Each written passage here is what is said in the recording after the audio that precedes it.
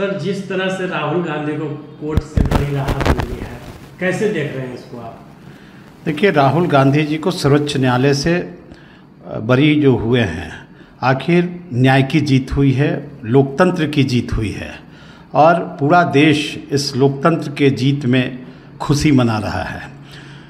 सर्वोच्च न्यायालय ने निचली अदालत को आईना भी दिखाया है और सर्वोच्च न्यायालय ने यह भी टिप्पणी की कि केवल राहुल गांधी को ही वंचित नहीं किया गया, बल्कि लाखों की आबादी जिसका राहुल गांधी जी प्रतिनिधित्व कर रहे थे उनको भी वंचित किया गया और इसका सज़ा जो अधिक से अधिक है क्यों दी गई, इस पर भी प्रतिकूल टिप्पणी सर्वोच्च न्यायालय ने किया है। तो यह एक तरह से न्याय की जीत है, लोकतंत्र की जीत है। जो भारतीय जनता पार्टी के लोग हाथ में लड्डू लेकर खाने के लिए बेचैन थे कि सर्वोच्च न्यायालय से जैसे इनको दोषी साबित किए जाएंगे राहुल गांधी जी, वह लड्डू कैसे हम खाएं, वह लड्डू भारतीय जनता पार्टी का धरा रह गया। आज नरेंद्र मोदी बड़ा सौगात बिहार को देने जा रहे हैं। देखिए, नरेंद्र मोदी जी का यह सब जुमलाबाजी है और 9 वर्षों में भारत की सरकार ने जुमलाबाजी ही देश की जनता से की है। पहले तो इन्होंने कहा था कि हम काला धन देश में वापस लाएंगे। क्या 9 वर्षों में काला धन वापस आया? 2 करोड़ प्रति वर्ष हम युवा पीढ़ी के लोगों को नौकरी देंगे। क्या भारत की सरकार ने प्रति वर्ष 2 करोड़ नौजवानों को नौकरी देने का काम किया? महंगाई पर हम नियंत्रण करेंगे। क्या केंद्र की सरकार ने महंगाई पर नियंत्रण करने का काम किया? किसानों की आय को हम दुगनी करेंगे। क्या 9 वर्षों में किसानों की आय दुगनी की?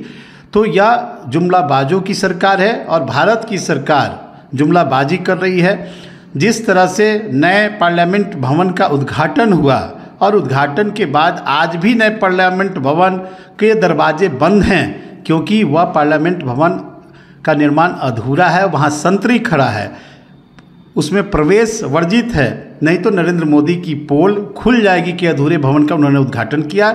इसी तरह रेलवे स्टेशनों का भी उन्होंने जो घोषणा की है एकमात्र या जुमलाबाजी है। मंत्रिमंडल का विस्तार पर क्यों ग्रहण लगा हुआ है? अंदर सब ठीक है ना?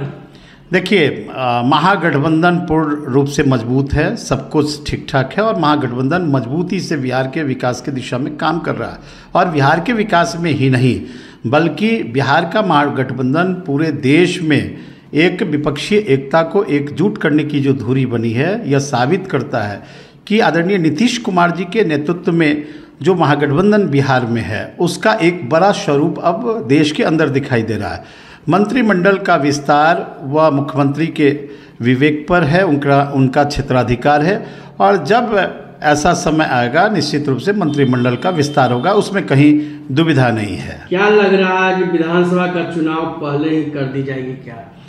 देखिए, ऐसी कोई बात नहीं है कि बिहार विधानसभा का चुनाव पहले होगा। पहले भी कई बार यह उठते रही है और विपक्ष के लोग इस तरह का अफवाह दिग्भ्रमित विशेषकर भारतीय जनता पार्टी करते रहती है और मुख्यमंत्री जी ने तो यह अंदेशा किया था कि समय से पहले कहीं लोकसभा का ही चुनाव न हो जाए, क्योंकि जो देश में एक इंडिया की टीम बनी है, एक मजबूत विपक्ष की टीम बनी है, उस टीम से भारतीय जनता पार्टी घबराई हुई है और इसलिए वह अनर्गल प्रलाप बिहार के सरकार पर आदरणीय नीतीश जी पर हरदम अनर्गल टिप्पणी करते रहती है।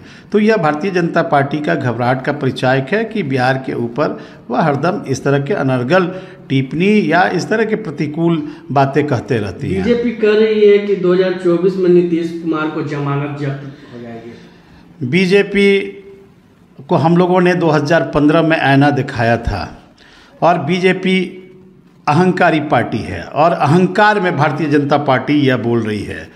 बीजेपी को मैं स्मरण दिलाना चाहूँगा कि 2015 का बिहार विधानसभा चुनाव को याद करे भारतीय जनता पार्टी, जहां नीतीश कुमार जी को सत्ता से बेदखल करने के लिए भारतीय जनता पार्टी का पूरा कुनबा अमित शाह से लेकर नरेंद्र भाई मोदी पूरे बिहार में घूम घूम कर सभा कर रहे थे और 44 सभा विधानसभा के चुनाव में माननीय प्रधानमंत्री नरेंद्र भाई मोदी जी ने नीतीश कुमार जी को हराने के लिए अपनी सभाएं की थी, पूरी ताकत लगा दी थी और 44 प्रधानमंत्री के सभा के बाद मात्र 55 सीट भारतीय जनता पार्टी को हासिल हुआ था और केवल बिहार में ही नहीं बल्कि यह बंगाल में भी ताकत लगाए थे, वहाँ बुरी तरह हारे, या दिल्ली में ताकत लगाए थे, वहाँ भी हारे, कर्नाटक में भी भारतीय जनता पार्टी पूरी ताकत लगाई थी, वहाँ भी आ रही। एमसीडी का चुनाव दिल्ली में, एमसीडी तक भारतीय जनता पार्टी चुनाव हार गई। अहंकार में भारतीय जनता पार्टी है, इनका अहंकार 2024 में समाप्त हो जाएगा। हाई कोर्ट के फैसले आने पर महागठबंधन की सरकार खुश है, लेकिन अगर जातीय जनगणना पर सर्वोच्च न्यायालय अगर रोक लगा देती है तब आप लोग क्या कीजिएगा? देखिए, जातीय गणना पर माननीय उच्च न्यायालय ने अपना मोहर लगा दिया है और उन्होंने स्पष्ट रूप से कहा कि जस्टिस विथ डेवलपमेंट, कि मुख्यमंत्री ने जो विकास का काम किया है वह एक जस्टिस की अवधारणा है। और सुप्रीम कोर्ट में भी यह मामला यह सर्वविदित है कि जातीय गणना भारतीय जनता पार्टी नहीं चाहती है और भारतीय जनता पार्टी के लोग ही सुप्रीम कोर्ट से हाई कोर्ट, हाई कोर्ट से सुप्रीम कोर्ट जा रहे हैं। और हाई कोर्ट के फैसला के आने के बाद भारतीय जनता पार्टी के कई नेता ने अपने भाषा को बदल दिया कि भारतीय जनता पार्टी तो जातीय गणना के पक्ष में है। अगर भारतीय जनता पार्टी जातीय गणना के पक्ष में है तो देश में जातीय गणना क्यों नहीं कराया जा रहा? यह जवाब तो भारतीय जनता पार्टी को देना चाहिए। हम लोग तो इस बात के लिए तत्पर हैं कि समाज में जो लोग पिछड़े हैं, जो अत्यंत पिछड़े हैं, जो समाज के लोग विभिन्न विकास की योजनाओं से छूट गए हैं, हम कैसे उनका सर्वेक्षण करें और उनको मुख्य धारा से जोड़ें, यह हमारी विचारधारा है। लेकिन भारतीय जनता पार्टी जातीय गणना का विरोध कर रही है और यह जो सुप्रीम कोर्ट भी जो लोग गए हैं वह भारतीय जनता पार्टी का यह पीठ के पीछे जो खेल चल रहा है वह बिहार की जनता देख रही है, जिसका उनको माकूल जवाब मिलेगा। अगर ये वीडियो पसंद आई और वह बिहार के राजनीति और बिहारियत से सरोकार रखेनी तो सब्सक्राइब बटन दबा के चैनल के सब्सक्राइब कर ली। ओजे एगो घंटी बा, ओकरा बटन दबा देला से कुल सटीक और मारक खबर रुआ मुफ्त में मिल जाई। अगर रुआ पत्रकारिता के हमनी के नया प्रयोग में सहयोग कर चाहतानी तो ज्वाइन बटन दबा दी। पेटीएम नंबर नोट कर ली 9386816700। धन्यवाद।